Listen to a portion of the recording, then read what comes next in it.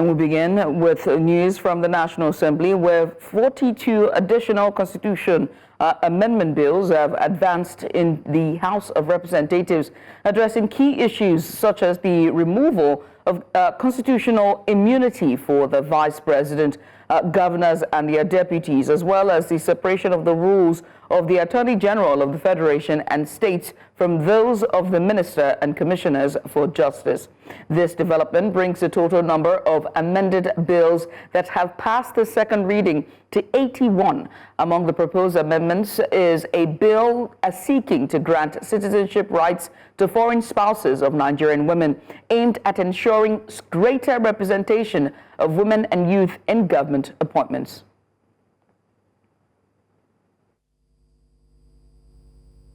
A bill for an act to alter the Constitution of the Federal Republic of Nigeria 1999 as amended to provide for the public disclosure of reports of the Auditor General of the Federation and for Auditor General of a state and for related matters. Second reading. A bill for an act to alter the Constitution of the Federal Republic of Nigeria 1999 to qualify immunity conferred on the President, remove the immunity conferred on the Vice President, the governors, and their deputies in order to curb corruption, eradicate impunity, and enhance accountability in public office and for related matters. Second reading. A bill for an act to alter the provisions of the Constitution of the Federal Republic of Nigeria 1999 to grant citizenship rights to spouses of women from Nigeria, specify the minimum number of youths and women that may be appointed into specific offices and for related matters. Second reading. A bill for an act to alter the Constitution of the Federal Republic of Nigeria 1999 as amended to guarantee indigent status to persons by reason of birth or continued residence for a period not less than 10 years or by reason of marriage and for related matters. Earlier, public affairs analyst Francis Chilake shared his thoughts on the 39 bills passed by the reps and the potential scraping of the vice president and governor's immunity. Everybody wants us to have all the elections in one day. There are things I would want the bill to take care of. And one of them is the fact that in all of this, we must give room for those in diaspora to be able to vote. It's very, very important because you can't ask people in diaspora to be sending money home, but you don't, give them opportunity to exercise their civic responsibility when it comes to voting. So I think it's one of the things I would want that bill to capture, and also I want the bill to capture what plays out in terms of electing the INEC chairman. I think it is high time the INEC chairman or the appointment of the INEC chairman should be taken away from the presidency and thrown to the people. I mean, when I say the people, I mean a forum where all the political parties can come together and nominate somebody they believe has honor and proven integrity to run INEC. And such person must also have the capacity to be able to do the right thing and not being bullied. Tell you that a bill seeking to empower the Nigerian Bar Association (NBA) to remove corrupt judges through a non-confident vote scaled a second reading in the House of Representatives. Sponsored by Afam Ogene, a member of the Labour Party LP representing Ogbaru Federal Constituency of Anambra, the bill aims to alter sections 231, 238, 250, 256 and 271 of the 1999 Constitution, which deal with the procedure for the removal of judges. The bill seeks to confer powers on the NBA to receive petitions against any erring judicial officers, consider the defense of the petitioned officer, and if not satisfied, conduct a confidence vote.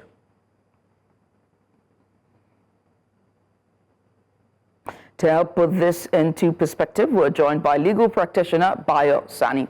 Mr. Sani, thank you so much for joining us. Thank you for having me here. I have to say, a bill seeking to empower the Nigerian Bar Association to remove corrupt judges through a non-confidence vote, it seems to be laudable. What's your take?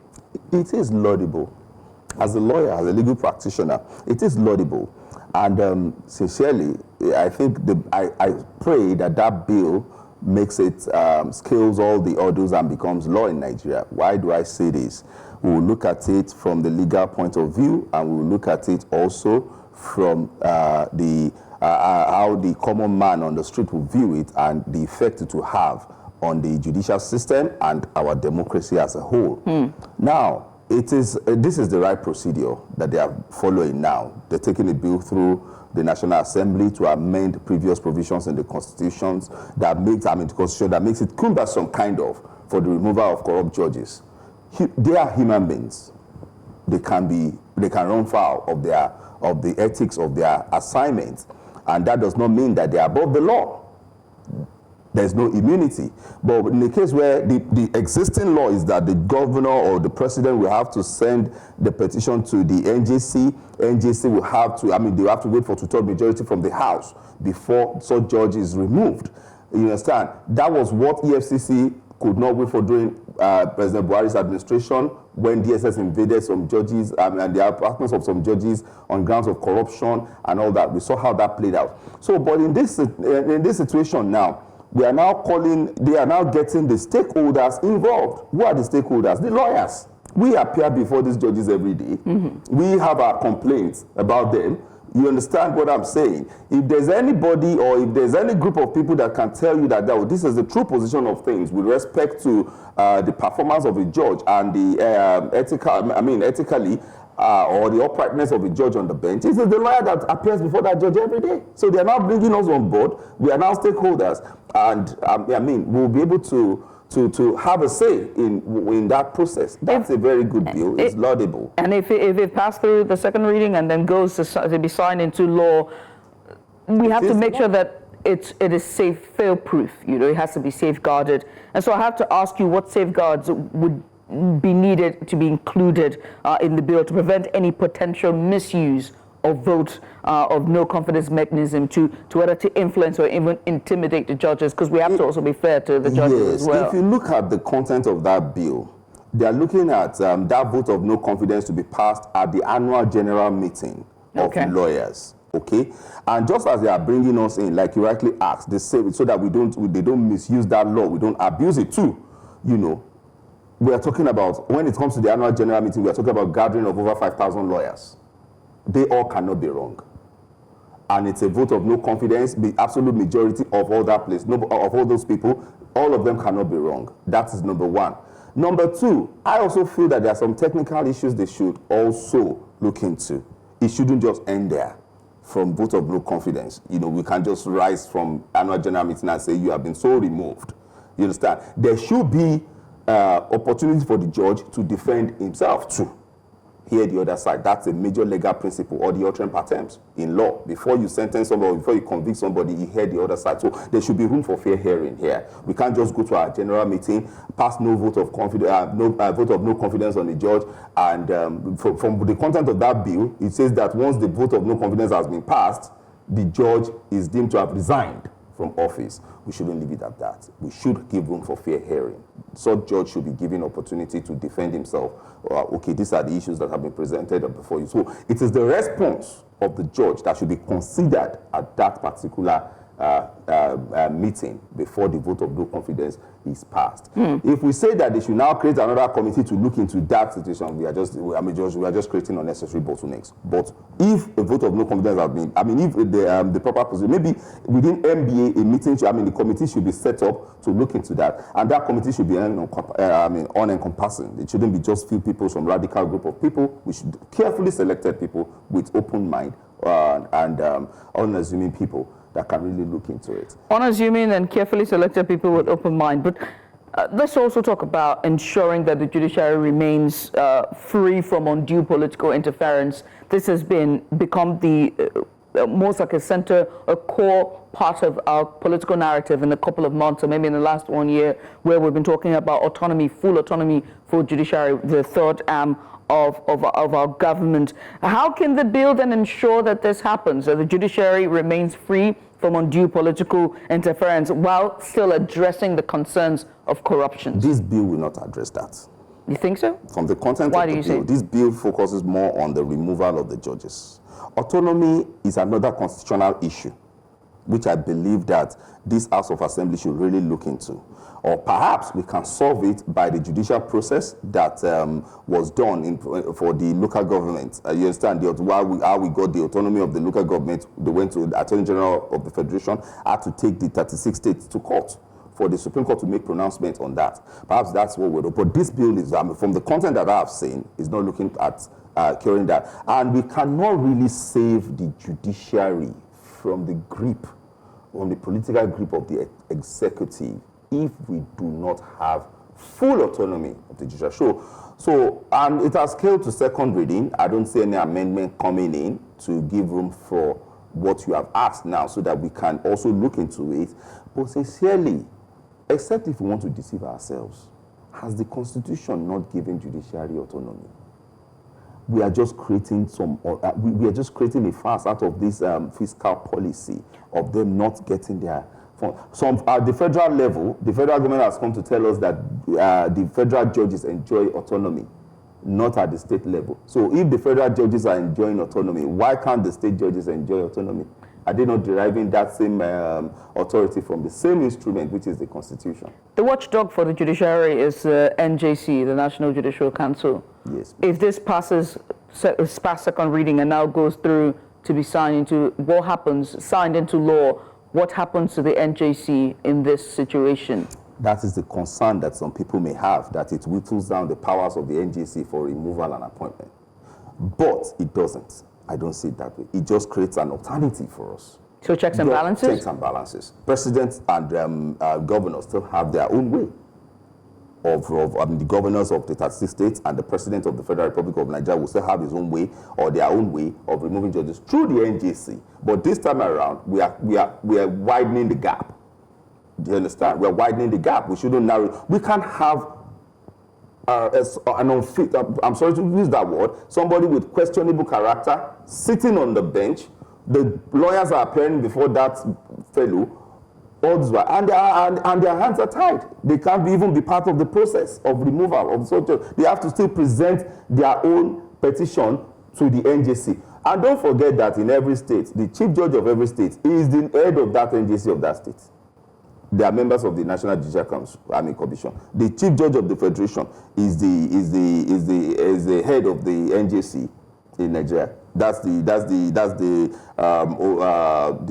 how should I put it now? The highest officer there. Still the same chief justice of the federation, of the National Judicial Commission. Chief judges of each state, they are members of this NJC, and we're talking about their learned brothers here. So it still comes down to another legal principle that you cannot be a judge in your own case. Same learned brother, you're bringing a case against it. Look, we are human beings. We shouldn't rule out interactions. We shouldn't rule out relationship. Right. They can go emotional about this thing and not say it the way you are saying it. So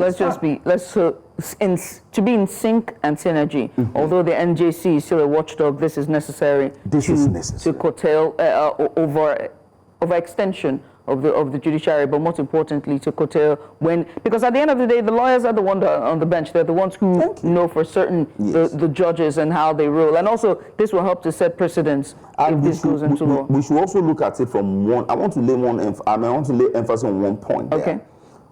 They are not trying to whittle down the powers of the NJC. They are bringing in the stakeholders into the process. Right. Yes.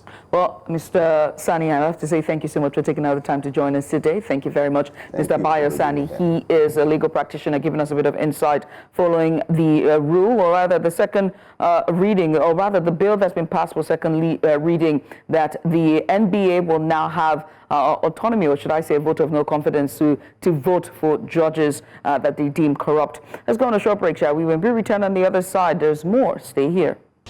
Away from that, and welcome back. Senator representing Kogi Central, Natasha Akpoto-Uduaghan, has criticized the Independent National Electoral Commission for not rejecting outright the petition seeking her recall, describing the Commission's response as an indication of bias.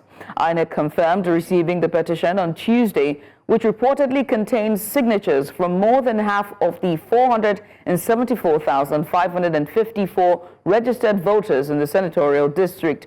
But the senatorial body noted that, or rather the electoral body, I beg your pardon, noted that the petition failed to include essential details such as the contact addresses, phone numbers and email addresses of the petitioners as required by law.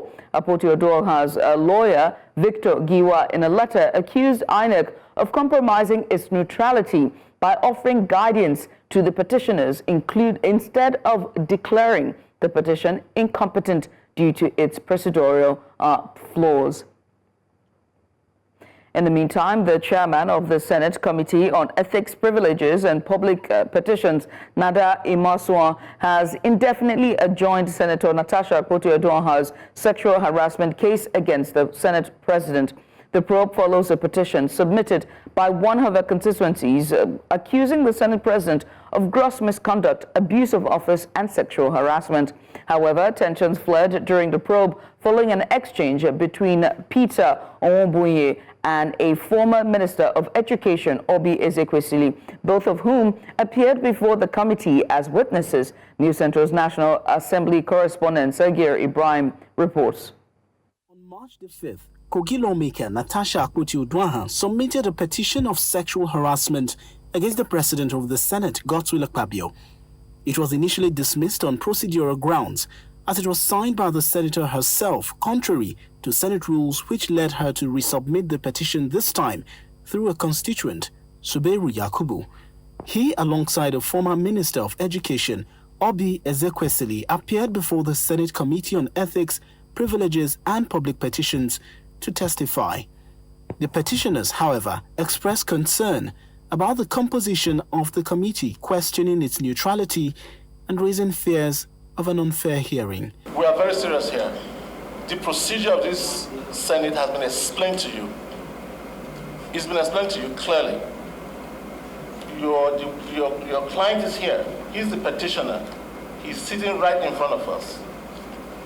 Before we hear him, he will be on oath. Okay. Are you a witness, ma'am? I am a witness. You're a witness. I am going to speak today. Madam, with respect to you, you were once a minister of this Federal Republic of Nigeria. Please don't give me Just hold on, please. Let me finish. No, don't give me a lecture. Let me finish. Madam, you will let me finish. It will be wrong for us after we've had this hearing and we say we cannot consider whatever you said because it's not on oath. So let's understand the procedure. Once we understand the procedure, we understand each other.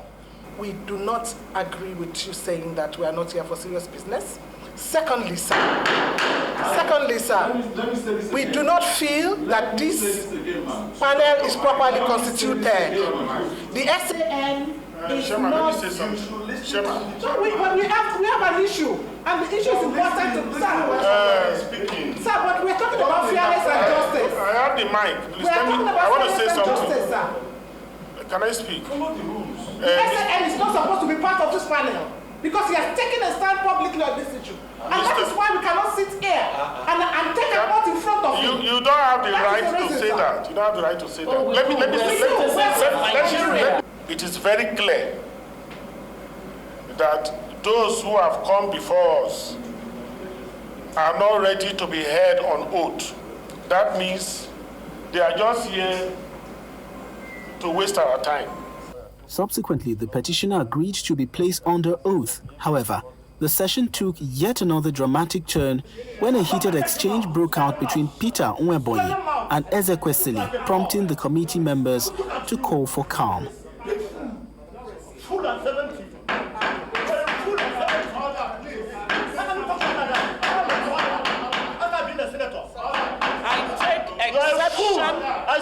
I take exception to a senator. Why are you talking to me like that? You are a disgrace to the Senate. You are an insult to womanhood.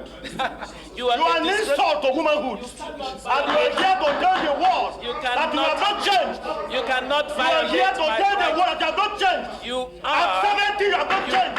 With order restored, lawmakers clarified the committee's position, yet the petitioner insists he won't proceed as his key witness remains absent.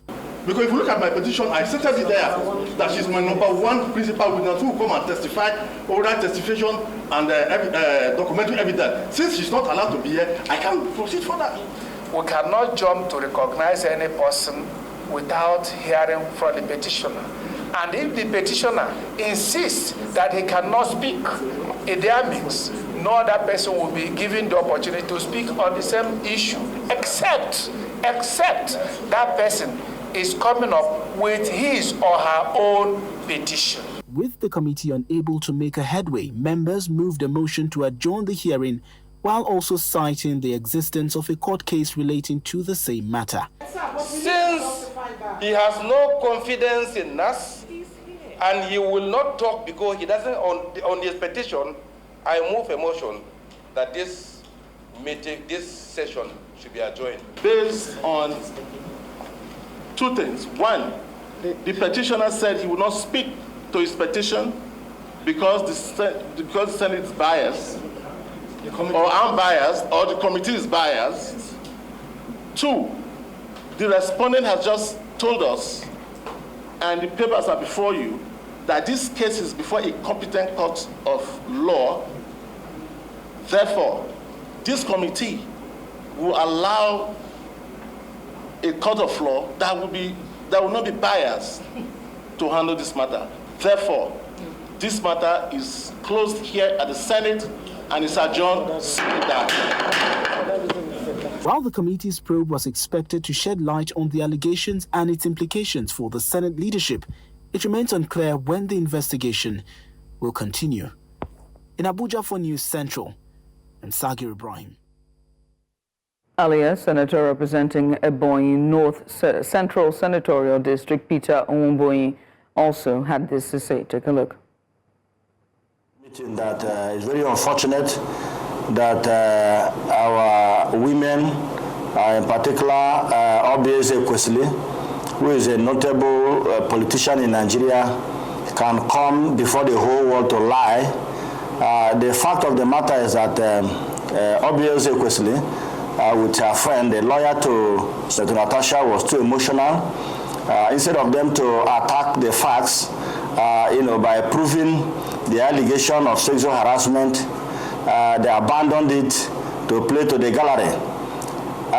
From the very beginning of the proceedings, they were given the Holy Bible or Quran, as the case may be, for them to take oath, which is in line with the proceedings of Nigerian Senate Committee on Public Petition, being a quasi body, judicial body.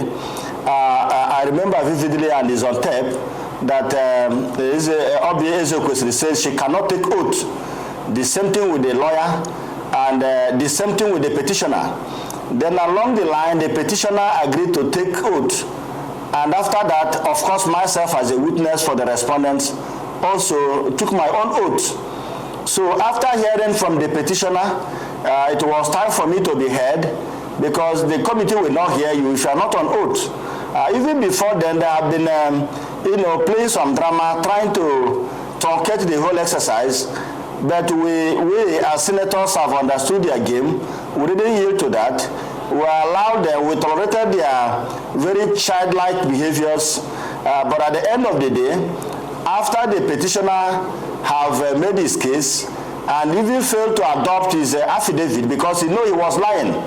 So it was time for me, to respond to the allegation as a witness for the Senate President. All of a sudden, most unfortunately, Obieze Kwesili said I should shut up my mouth. I said, no, mommy, how can you address me like this? He said, will you shut up your mouth, you hooligan? I said, no, I can't take this. I'm a sitting senator. You are a former minister of the Federal Republic, and by social stratification, a senator is higher than you. I replied her instantly by saying that she is the hooligan and that she is a disappointment and a disgrace to womanhood. If a woman of her caliber, a leader of female leaders across Africa, can talk to a sitting senator to shut up his mouth, that tells you how rude that woman is. This goes to suggest how bad the character of this woman is. And that goes to suggest that people under her is passing through hell if she can address a senator inside the Senate building to shut up his mouth. So at the end of the day, I was allowed to make my case, and to the satisfaction of the committee, And at the end, the committee came up with a resolution that the matter is already in court, and going by our rules, we cannot entertain any matter that is already pending before the law court. President Bola Tinubu has signed the Southwest South-South Development Commission bills into law. Deputy Speaker of the House of Representatives, Benjamin Kalu, made the announcement during plenary on Wednesday. The 6 geopolitical zones in the country now have commissions dedicated to addressing their developmental needs. In July 2024, Tinubu signed the Southeast, and Northwest Development Commission bills into law. The commissions will receive funds to execute projects in the various geopolitical zones. An Abuja-based lawyer, John Mary Jideobi, has asked the Federal High Court in Abuja to sack the recently appointed sole administrator of River State, retired Vice Admiral Ibok Ete Ibas. He is also seeking for an order of perpetual injunction barring President Bola Tinubu either by himself or anyone acting on his behalf from appointing a sole administrator into any state government house in the 36 states of the Federation for any purpose whatsoever.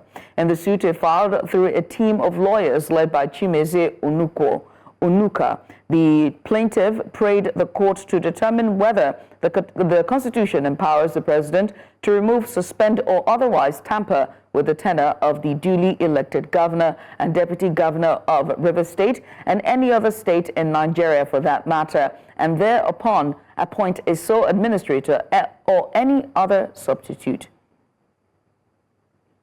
In the meantime, the River State chapter of the Nigeria Labour Congress NLC is demanding implementation of the new minimum wage even as the state of emergency imposed by President Tinubu takes full effect. Chairman of NLC in River State, Alex Akwako, says the proposed 85,000 naira minimum wage for River State was just about to be implemented by Governor Fubara before his suspension. He added that the union may be forced to take decisive actions if the emergency rule is not reversed.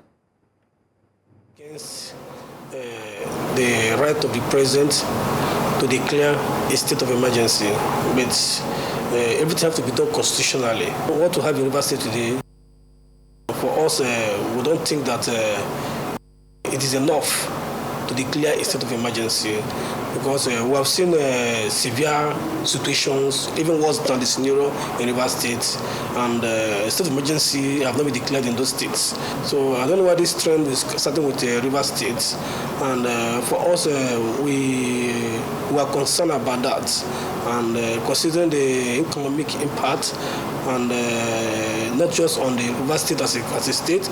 Basically, for us, we are limiting ourselves, importantly, to how it affects our members. We have our members cut across every sectors, even in the state, in the public service, civil service, even in the private sector. I know what the state of emergency is. It creates a lot of panic. A kind of people think that the state is in the state of war, and make most private investors and private companies begin to shiver in terms of carrying out certain economic activities, which will go a long way impacting employment and impacting the workers and reducing reducing the rate of employment. The period that the minimum wage was supposed to be implemented at the local government level, because I know the wage bill have already been set for the governor to sign and approve and for local government workers to be paid before that declaration, and that didn't happen. As I'm talking to you up till now, the local government workers have not received their salaries. So you imagine the impact of that such number of persons have not gotten salary for 2 to 3 months now, and how is their family surviving? Whatever that's going to be done, it should be according to the new minimum wage. So we expect the sole administrator to do so. Let's head to Plateau State, where economic activities are still booming following the return of peace in this state. This is seen in the free movement of residents in the state and majorly businesses' activities following the ongoing trade fair that has just been declared open in the state after 10 years owing to recurrent violence in some parts of the state. News Central's Chizoba Anyonwe tells us more. Business activities such as trade fair had always flourished in Plateau State. However, for reasons of violent attacks experienced in some parts of the state in recent time. Government put a hold on it for the security of both lives and property. Now that the state is experiencing what is tagged relative peace, trade fair is back again. Participating at the fair are some traders from neighboring countries and within the states of Nigeria. We come for a trade fair. Actually, there's nothing happening in Jos. It's a very peaceful place, and we are also enjoying the environment, the weather, and the good living. People are living very comfortable and free. Mun zo daga ƙasa ta Niger, alhamdulillah mun zo mun kawo muku kaya kala-kala. Sakamakon yanayin yanda muke ji ana Jos sai a hankali mun zo alhamdulillah mun samu garin ku lafiya lau. Mu ba mu da wata matsala tsakanin mu da su alhamdulillah. We come from Kano State. We come to this trade fair where they have now. Before, we were fair to come Jos because of we would hear the crisis and some other things where they happen for Jos. But now, please don't come. Capping these thoughts are some stakeholders in Plateau State. We must appreciate the efforts of the security, because without them, we couldn't have gotten to this level. Particularly the Operation Safe Havens, the immediate past commander. I know that the new man is also building on, the peace initiatives that have been started hitherto before he came. So I think that for me, a number of things have changed. For over a decade now, the Jos Trade Fair has been halted due to challenges of insecurity that has bedeviled the state. The peace initiatives of the present administration is a welcome development, and we are glad that the trade fair is back. We must appreciate the effort of government, also security agencies in the state. We have now seen that peace has returned to the state. The representative of the governor had this to say as she declared open the trade fair in the state. No economy can thrive in any atmosphere of fear and instability. My administration remains unwavering in its commitment to securing Plateau State. We are working closely with security agencies to ensure a safe and peaceful environment for businesses to operate. On the lips of many now is that everyone should put all hands on deck to ensure this relative peace is sustained. In Plateau State for News Central, Chizoba Anyui. And off to Kano State, where the government has commenced efforts aimed at enforcing a recent directive by the state governor, Abba Kabir Yusuf, mandating property owners within the state's mega cities project to occupy their properties or risk revocation. The directive targeted residents at the Kwakwasiya, Amana and Bandirawo cities, giving them a 3-month ultimatum.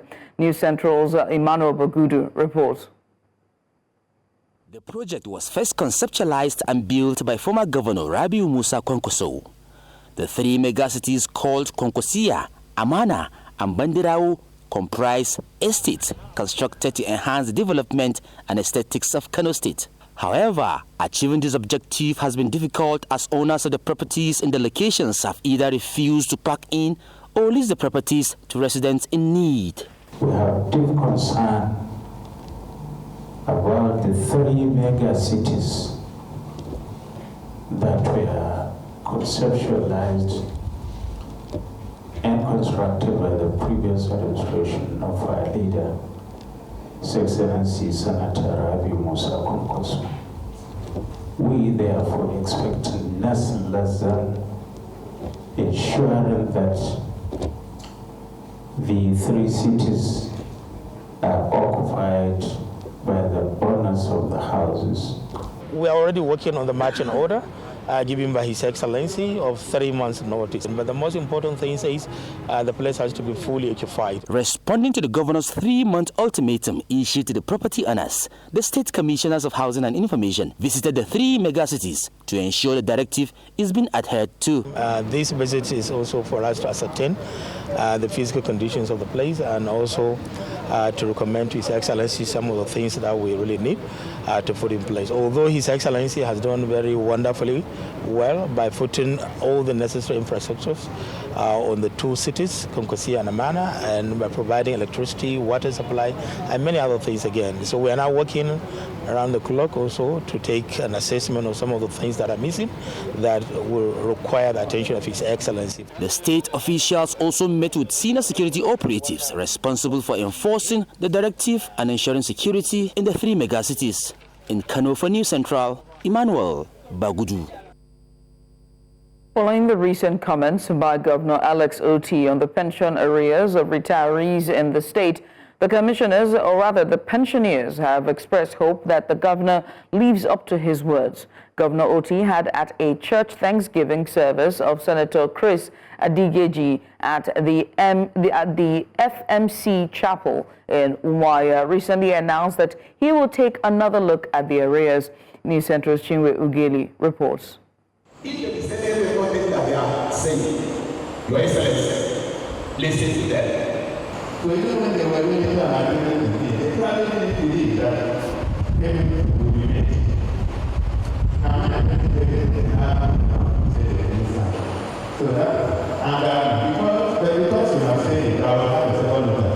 Although the current government in Abia State claims it has defrayed the arrears they met upon assumption of office, citing a memorandum of agreement entered into with the state's executive of the Nigeria Union of Pensioners, the members have maintained that that does not represent the true picture. During the time the was going us half this and that, what we inherited on top. But he made me decide. He cleared all those arrears, which he incurred himself from June. He cleared that and has been constantly paying us our pensions. The several calls and demands by the pensioners was greeted by a blatant refusal by the governor, Alex Oti, to discuss the alleged fulfillment of his promise on pension arrears.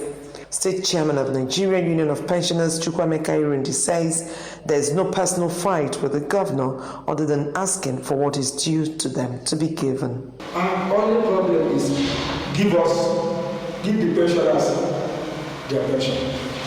Well, ours is so simple. There are some pensioners who pay as low as below 5,000 yearly pension.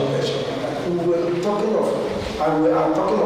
45 good months compared to areas by SY and recessions. Besides, the intervention of the national leadership of the union a few days ago also helped to present their case in the best way to the government officials. When they came, they let the government know that if there is anything you call agreement, discussion on that, it's authorized. It is not acceptable constitutionally. However, some pensioners say they are not excited with the news that the government will revisit the pension arrears issue. They say what they expect is action. Nothing has been done. So when it is revisited, we'll be happy it has been revisited. But now it's just a mere talk. The pensioners will like the government to also address the issue of gratuities for workers in the state. This is a personal monument you have saved because of doing your job. It's not a thank you something. It is hoped that this time around, all issues concerning the arrears of pensioners in Abia State and the problem they are having with the state government would have been resolved at the end of the day. In Umuahia for News Central, Chinwe Ugeli. And off to Zimbabwe, where President Emerson Mnangagwa has reassigned Army Chief Lieutenant General Ansalam Namo Sanyatwa to the Sports Ministry, a move announced on Tuesday by the presidency. Sanyatwa's redeployment comes after Christine Coventry's appointment as the first woman and African president of the International Olympics Committee. The reason behind the reshuffle remains unclear, though it coincides with rising political tensions ahead of the 2028 general elections. Sanyatwa, who has a controversial history, was sanctioned by the US and UK for human rights violations linked to a violent crackdown on post-election protests in 2018. Political analysts suggest the change may be aimed at avoiding potential military unrest. Nigerian electricity consumers paid 509.84 billion naira in Q4 of 2024, despite enduring 5 grid collapses.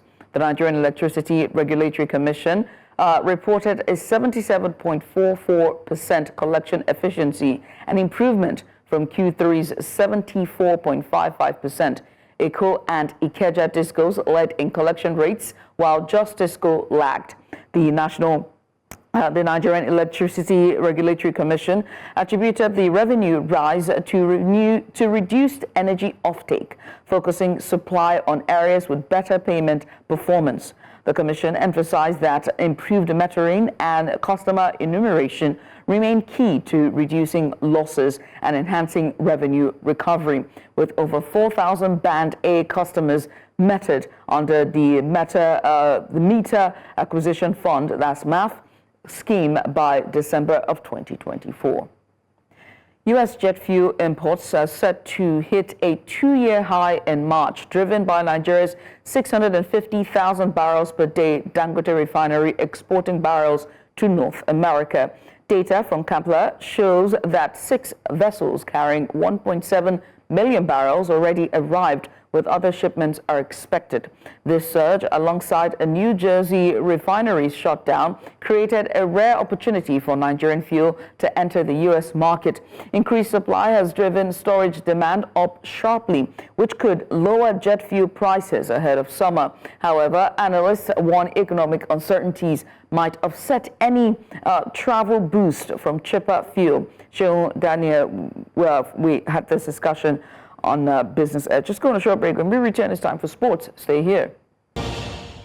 Fresh off his Italian national championship, winner Nigerian-born John Oyebode impressed in the men's singles qualifying round at the WTT Star Contender Chennai in India.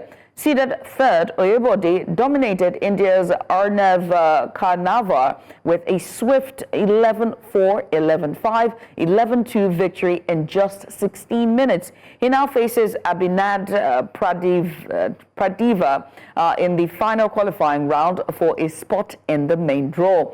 Top African players, Quadri Aruna of Nigeria, and Egypt's Omar Assar are among the tournament's top seeds. The prestigious event, featuring stars like Japan's Tomokazu Harimoto and Brazil's Hugo Calderano, offers a $275,000 prize pool and ITTF ranking points. The competition runs until March 30th at the Jawaharlal Nehru Indoor Stadium. The journey towards organizing the best ever national sports festival in the history of the Games took a massive boost on Tuesday when President Bola Ahmed Tinubu GCFR flagged off the Touch of Unity movement at the presidential villa. The colorful event was not only witnessed by the chairman of the National Sports Commission, Malam Shehu Duku, and the Director General, Honorable Bukola Olakbade, but other top government officials and the governor of the whole state, which is Ogun State, Governor Dapo Abiodun. The Gateway Games will hold in Ogun State from May 16th to May 30th of 2025. And that's all we can take on this hour. But before we go, let's take another look at some of the major stories. The House of Representatives has passed 39 bills on constitutional amendment for second reading, moved to strip Vice President and governors of their immunity. Senator Natasha Akpoti-Oduaghan has criticized INEC for not rejecting petitions seeking her recall. And we also told you that Zimbabwe's president, in a surprise move, has reassigned his army chief to sports ministry. If you see anything, send us your eyewitness report to the WhatsApp number now showing on the screen. And while you're at it, make sure to follow us on social media. We're at News Central TV on all social media platforms. You can watch News Central live on DSTV channel 422, GoTV channel 23, that's channel 23, Star Times channel 274, find us on Apple TV, and stream us live on YouTube. Many thanks for watching. I am Judith at TV. Bye for now.